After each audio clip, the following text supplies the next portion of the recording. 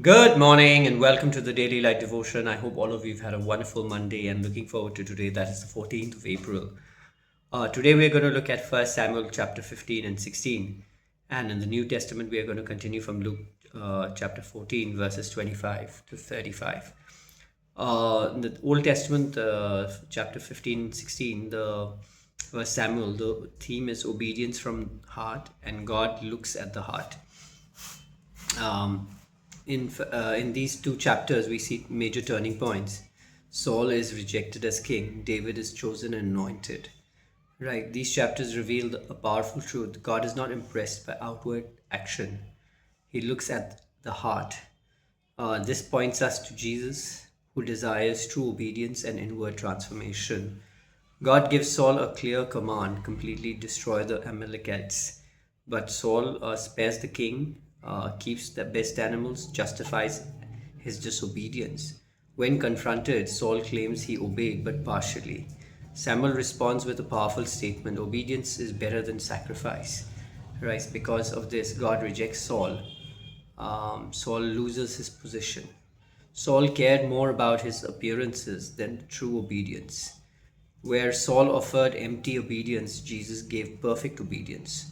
Saul obeyed outwardly, Jesus obeyed fully from the heart.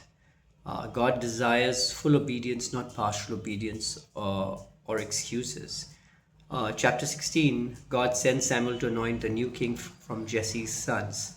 Each son passes by, they look strong, impressive, and kingly. But God says man looks at the outward appearance, but the Lord looks at the heart. Finally, David, a young shepherd, is chosen. Not the strongest, not the most obvious choice, but a man after God's own heart. Right? David is anointed, and the Spirit of the Lord comes upon him. David points to Jesus, chosen not by human strength, sent by God, anointed for for a great purpose.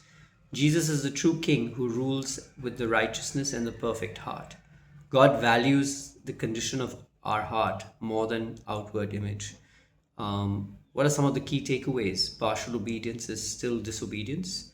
God sees beyond actions. He sees the heart.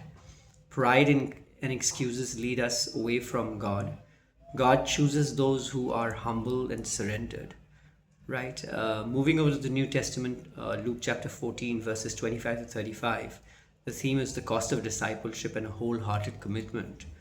In these 10 or 11 verses, large crowds are following Jesus, but instead of making it easier, Jesus makes it clearer. Following him is not casual, it's costly. He shifts the focus from crowd to commitment. The message is simple: not everyone who follows Jesus is truly his disciples. Jesus says the difficult words: if anyone comes to me and does not hate the father, mother, he cannot be my disciple. Whoever does not carry the cross cannot be my disciple. This does not mean literal hatred. It means our love and loyalty to Jesus must come first, above everything else. He gives two examples: a builder who counts the cost before building, and a king who considers before going to war. Um, these messages we see is: do not follow Jesus impulsively, understand the commitment.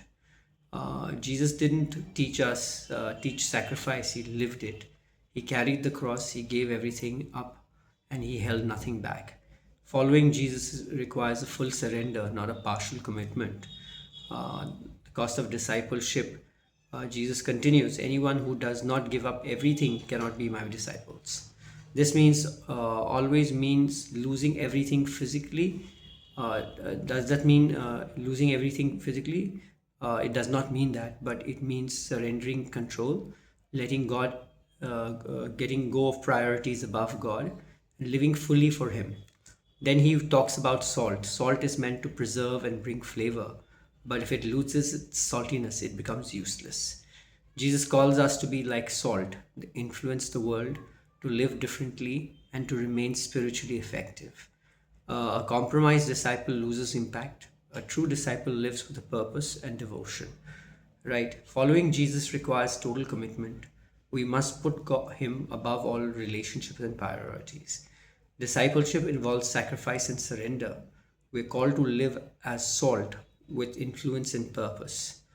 In the closing, I want to encourage you by saying that, Luke chapter 14, verses 25 to 35 is a strong but loving call from Jesus. Do not just follow him in the crowd, but follow him with our whole lives. So we need to ask ourselves, have I truly surrendered everything to Jesus? Am I counting the cost or avoiding it?